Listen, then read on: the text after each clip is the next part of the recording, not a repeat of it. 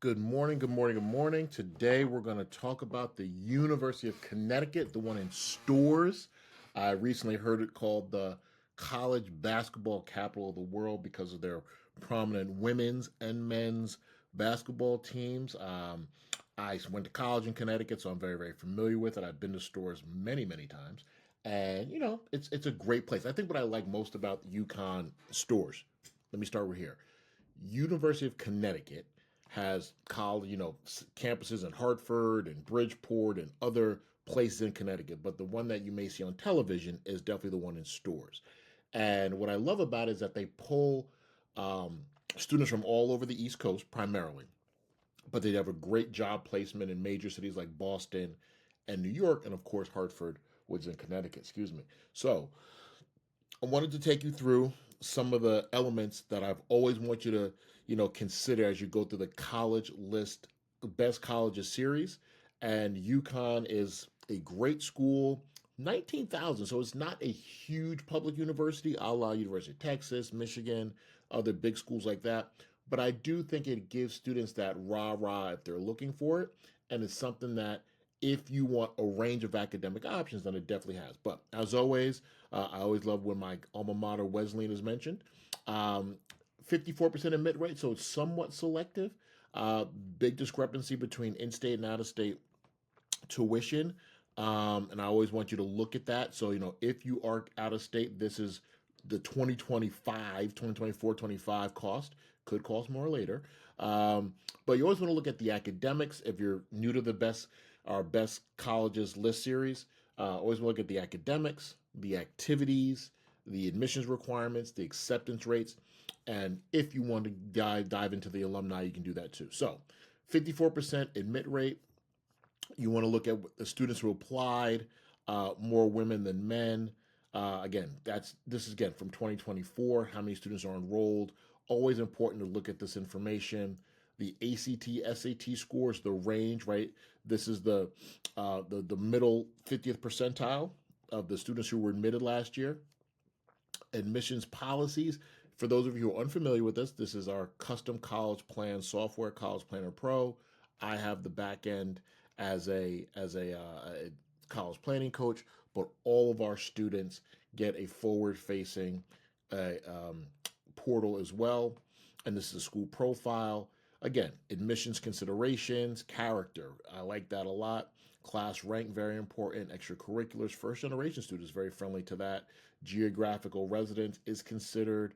Demonstrated interest is not considered. So these are things to know. Graduation rates within 4 years. Financial aid, how much of financial aid is met? Need fully met, only 7%. Please know that. You can always go to any school's net price calculator. You just don't find it here. You'll find it on any school's website is their net price calculator, which after you as a parent input some information, it can generate a rough or approximate calculation of how much your financial aid may be. Okay, so again, FAFSA, CSS profile, no, they do not require it. That's good to know. And wow, it's a lot of money. So again, great tool. I'm just trying to share information with you. I want to show you the academic programs. Again, as a major university, they're going to have many academic programs in a range of disciplines, where there's architecture and agriculture, architecture and landscaping, ethnic studies, biological and biomedical. I think people are going to say business, a lot of business courses. So it's very, very important that you pay attention to what the academic offerings may be. And I'm going to show you how you can also look for that on the website. If you go to the FISC guide, which is a digital version of the big, thick book that many of us have seen over our lives, strong business programs, engineering. Many of the people who apply also apply to UMass, Amherst, BU, Northeastern, Delaware, Syracuse, Rhode Island. I skipped Quinnipiac, Penn State. So again, pulls from a large East Coast, Mid-Atlantic population that you should always be aware of. All right, so now if we go back to the majors, I'm going to go to the school website. I always want to go to the school website because you, as a parent or as a student, you have access to this. You have access to all the information that they would show you online. Let's see, that's going a little slower than I want it to go. University of Connecticut. And the reason why I take you to their website is so that you can see how to navigate this. So whether it's their academics, which I showed you the different schools and colleges, you can see all their undergraduate majors, making sure that you, student, are leaning into the schools that are going to make the most sense for you. All right, School of Business, what are the different programs that they have, accounting, analytics, so on and so forth. I always want to take families to, this is a little confusing, but it's okay. Bear with me. I always want to take you to campus life. So we talk about the academics, which I've shown you. Then we're going to talk about campus life, which is the activities. What's going on campus, living on campus, make yourself at home, residential life. You want to learn about their dining facilities. What are the cultural centers that they have? You want to learn about their athletic program. Again, I believe that athletics galvanizes college campus. I've had a lot of students over the years tell me that they want to go to a school that has a big sports program, and UConn Huskies, again, basketball, college basketball, capital of the world, at least today in 2025. We'll see if that continues over the next several years. And something that I always want to bring people's attention to is the common data set. So I actually wanted to give you a formal definition of the common data set. The common data set is a standardized collection of information about higher education institutions.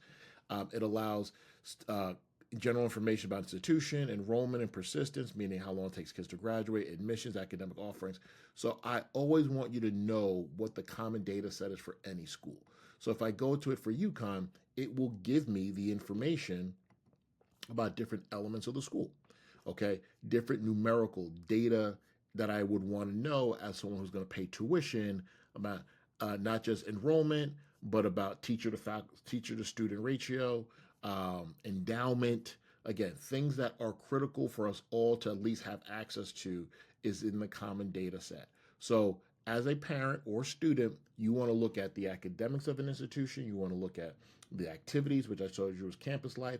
You want to look at acceptance rates, admissions requirements, and the common data set is another tool, another reference that you may want to use. So Storrs, Connecticut is a very, very exciting place to be. I'm a big fan of the school. I want families to do their research, whether it's online, you can go to different College Factual or other websites that have a tremendous amount of data about these schools. I'll just pull that up for you again. U.S. News and World Report, Niche is a good one. Appley's good. Campus Tours, Big College Board, Big Future. So there are opportunities for you to learn more about every school that you may be considering, not just on their websites, but through different references. So again, thank you for joining us on the Best College List series. I want to make sure that we are offering information to you that you need. You can always hit us up at strategicadmissionsadvice.com. I'm happy to have you here, but also more than happy to help you and your family through the college admissions journey. Thank you.